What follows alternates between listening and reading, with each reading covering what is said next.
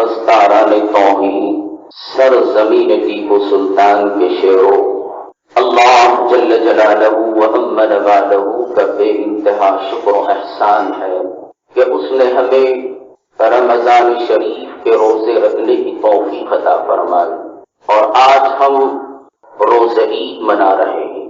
آج کا دن ہمارے لیے بہت ہی اہم دن ہے۔ اس روز ہم اللہ تعالی سے بہت کچھ حاصل کریں گے، اور مہینہ بھر روزے رکھنے کے بعد اپنے معبود حقیقی سے لازوال انعام پائیں گے۔ حضور نبی اکرم صلی اللہ تعالی علیہ وسلم فرماتے ہیں، مشکات شریف کی حدیث ہے، اذا کان یوم عیدہم یعنی فطرہم باقی بہم ملائکہ۔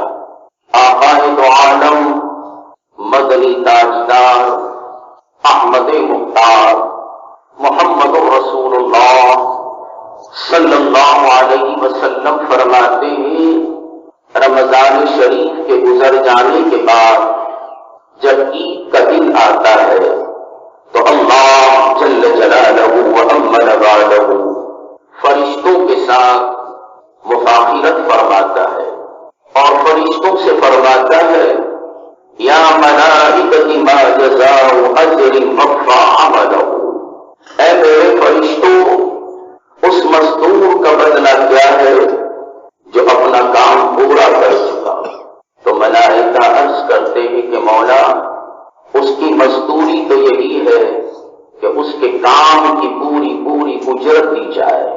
تو اللہ تعالیٰ فرماتا ہے، اے میرے فرشتوں سنو، میرے بندوں نے وہ کام پورا کر دیا جو میں نے ان پر فرض کیا تھا، اور اپنی آوازیں اور ہاتھ بلند کر کے مجھ سے مغفرت طلب کر رہے ہیں۔ اے میرے فرشتوں، میری عزت و جلال کی قسم، میری بلندی مقام کی قسم، میں ان کی دعاؤں کو ضرور سنوں گا اور ان کے گناہوں کو نیکیوں سے بدل دوں گا۔ اندازہ کیجئے یہ روز سعید کتنا مبارک روز ہے۔ یہ روز صرف اچھے کھانے، نئے کپڑے پہننے، زیب و زینت دکھانے ہی کا دن نہیں، بلکہ آج کا دن یتیموں، غریبوں، مسکینوں اور اپنے گناہوں کی آلائشوں سے اور اپنی دل کی طہارت سے پاک ہونے اور اللہ کو راضی کرنے کا دن ہے۔ اور اگر یہ باتیں نہیں ہیں تو روز عید نہیں بلکہ روز وعید بن جاتا ہے۔ اسی لیے کہا کسی نے، لیس العید لمن لبس الجدید، ملائکہ آسمان دنیا سے آئے ہیں آپ کو مشتاق سنانے کے لیے۔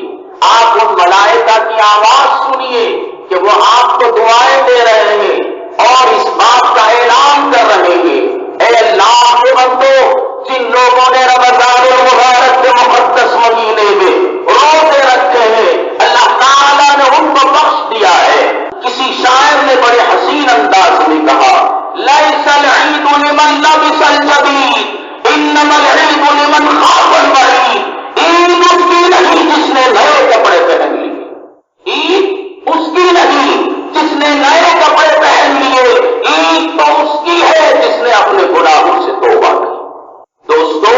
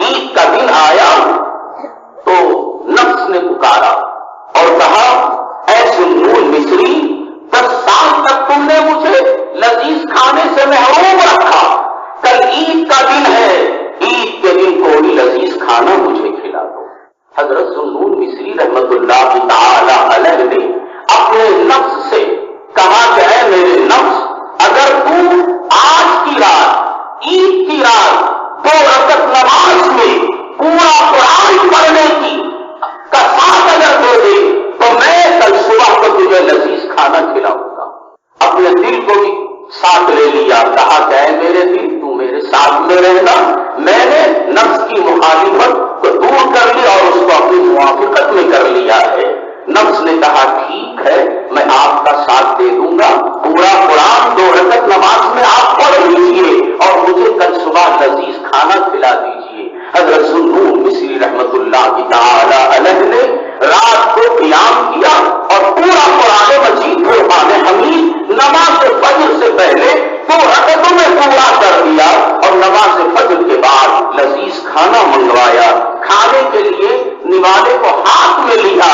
نفس نے پکار کے کہا اے سنون مصری 10 سال تم نے مجھے لذیذ کھانا نہیں کھلایا لیکن آج تو میں نے تمہیں منوا لیا. آج تم نے میری بات کو مان لیا, لذیذ کھانا کھلا رہا ہے. حضرت سنون مصری نے نوالے کو رکھ دیا, کھایا نہیں. لوگوں نے پوچھا حضور کیا بات ہے؟ کہا کہ میں کھانا چاہتا تھا مگر میرے نفس نے کہا کہ آج تم نے میری بات مان لی, میں نے کھانے کو رکھ دیا. ابھی کھانے والے کو برتن میں واپس رکھا. اتنے میں کیا دیکھتے ہیں ایک شخص طواف لیے ہوئے سنون مصری کے کاشا میں اقدس میں داخل ہوا اور عرض کرنے لگا کہ حضور کل میں نے آج کے لیے عمدہ کھانا تیار کر کے رکھا تھا کہ عید کے دن کھاؤں اور اس کے بعد میں سو گیا.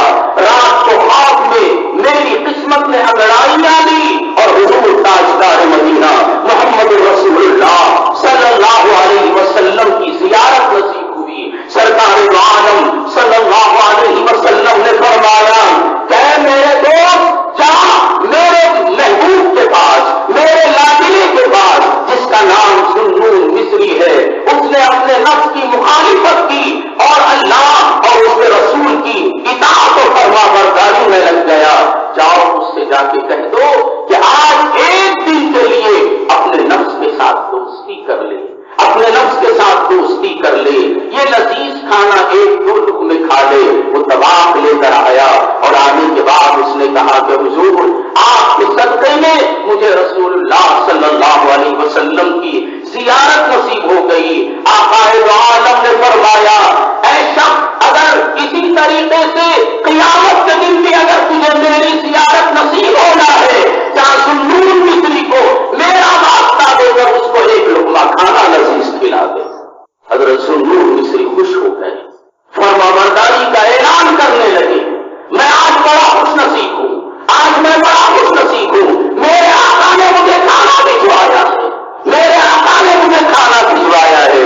دوستو اللہ کے ولی وہ ہیں جو اپنے نفس کی پیروی نہیں کرتے, اپنے نفسانی خواہشات کو کچل دیتے ہیں. انہیں معلوم ہے نفس کی پیروی کرنے سے مولا کی رضا حاصل نہیں ہوتی, نفس کی مخالفت سے خدا کی رضا حاصل ہوتی ہے.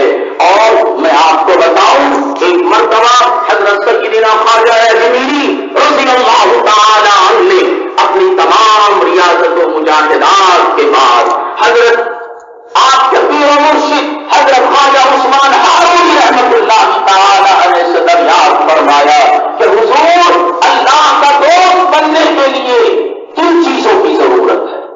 توجہ چاہتا ہوں میں آپ کی. اپنے پیر و مرشد سے دریافت کرتے ہیں.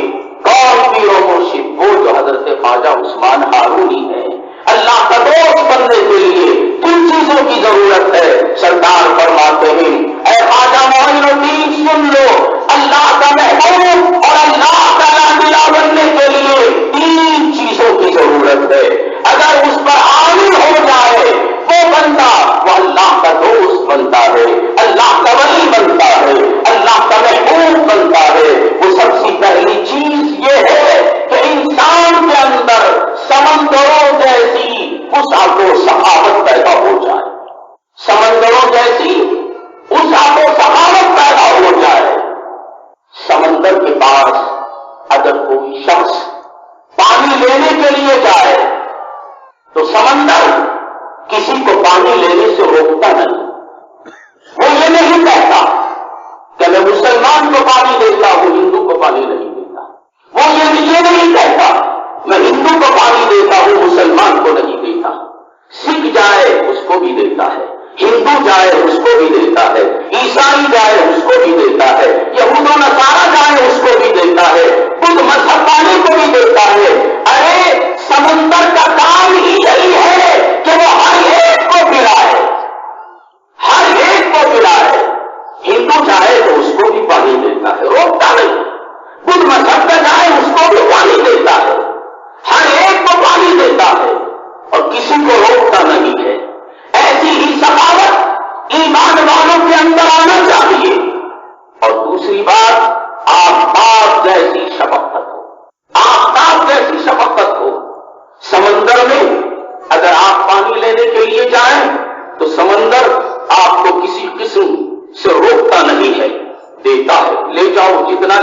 چاہے لے جاؤ، ایک گھڑا نہیں پورا سمندر لے جاؤ، میں روکوں گا نہیں، میں تو دینے کے لیے آیا ہوں، میں سقی ہوں، میری وسعت دیکھو کتنی بڑی ہے، دنیا سے زیادہ میں وسیع ہوں، جتنا لے جانا چاہے لے جاؤ۔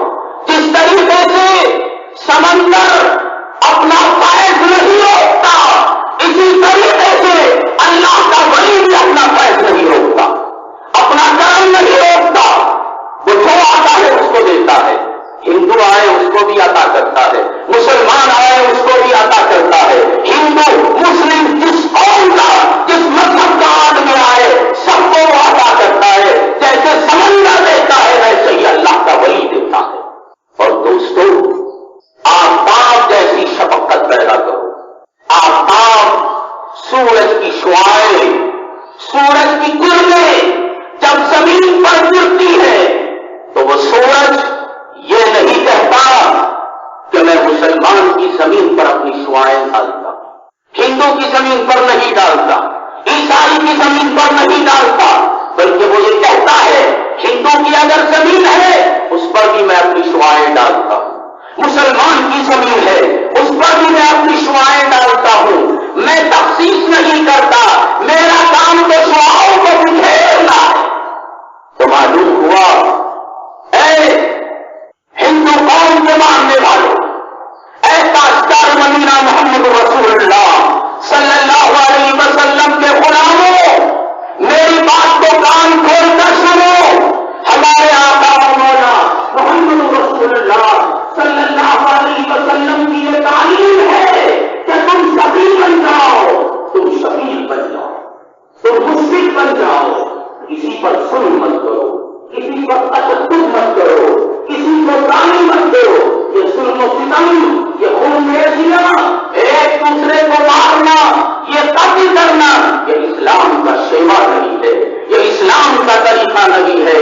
ہمارے اور آپ کے پیارے آقا محمد رسول اللہ صلی اللہ علیہ وسلم کی سیرت کو اپنا آئیڈیل بناؤ، نمونہ بناؤ۔ میرے آقا محمد رسول اللہ صلی اللہ علیہ وسلم نے کبھی تلوار کے زور سے دین کو نہیں پھیلایا، میرے آقا نے اپنے اخلاق کریمانہ سے دین کو پھیلایا، اپنے کیریکٹر سے دین کو پھیلایا۔ اور جب بھی میرے آقا محمد رسول اللہ صلی اللہ علیہ وسلم کو تکلیف پہنچایا کرتے تھے، میرے مصطفیٰ کے لیے دعائیں دیا کرتے تھے۔ ذرا غور تو کیجیے، آقا عالم صلی اللہ علیہ وسلم حالت نماز میں ہوتے تھے، اوجھڑیاں ڈال دیا کرتی تھی، مگر ان اوجھڑیاں ڈالنے والوں کو بددعا نہیں کرتے تھے، راستے میں کانٹے بچھائے جا رہے تھے۔ ایک مرتبہ کا ذکر ہے، کانٹے بچھائے نہیں گئے، آقا مکہ مکرمہ سے گھر کی طرف آگ کا رخ ہے، اور لوگوں سے پوچھا کیا بات ہے، آج میرے راستے میں کانٹے نہیں بچھائے گئے؟ لوگوں نے کہا کہ حضور جو آپ کے راستے میں کانٹے بچھایا کرتی تھی وہ بیمار ہو گئی، وہ بیمار ہو گئی ہے۔ میرے آقا نے یہ نہیں کہا کہ چلو بہت اچھا ہوا، مجھے تکلیف پہنچانے والی پر مرض آ گیا، وہ بیماری کے اندر مبتلا ہو گئی، نہیں، میرے آقا نے فرمایا چلو اس بیمار کی عیادت کریں، اس کی بیمار کرسی کریں۔ سرکار تشریف لے گئے اور جانے کے بعد اس کی بیمار کرسی کی، وہ بہت پریشان ہوئی، میں جن کے راستے میں کانٹے بچھایا کرتی تھی وہ آج میری عیادت کے لیے آئے، اور اسی طریقے سے مکہ مکرمہ میں ایک کٹیا بوجھ اٹھائے ہوئے کھڑی ہے اور ہر ایک کو بلا رہی ہے، آؤ بیٹا میرا بوجھ میری منزل تک پہنچا دو۔ کوئی اس کا بوجھ اٹھانے کے لیے تیار نہیں ہے۔ آقا دو عالم محمد رسول اللہ صلی اللہ علیہ وسلم وہاں پہنچے، بڑھیا کی التجا سنی، بڑھیا کا بوجھ اپنے سر پہ لیا، منزل مقصود پر پہنچے، بوجھ کو نیچے اتار دیا، اور جیسے ہی نیچے اتارا بڑھیا خوش ہو گئی، کہنے لگی بیٹا میں ہر ایک کو بلاتی رہی مگر میرا بوجھ کوئی اٹھانے کے لیے تیار نہیں ہے، آپ تیار ہو گئے، میرا بوجھ میری منزل تک پہنچا دیا۔ بیٹا سنو، میں آپ کو ایک نصیحت کرتی ہوں، وہ نصیحت یہ ہے کہ مکے میں ایک شخص آیا ہے جس کا نام محمد ہے، اگر تم اس سے دوستی کرو گے، اس سے ملاقات کرو گے تو تم اپنا دین چھوڑ دو گے، اس کا نیا دین قبول کر لو گے، یہ میری نصیحت ہے، تم اس سے ملاقات نہ کرنا۔ آقا نے فرمایا اے مائی، جس کا نام تم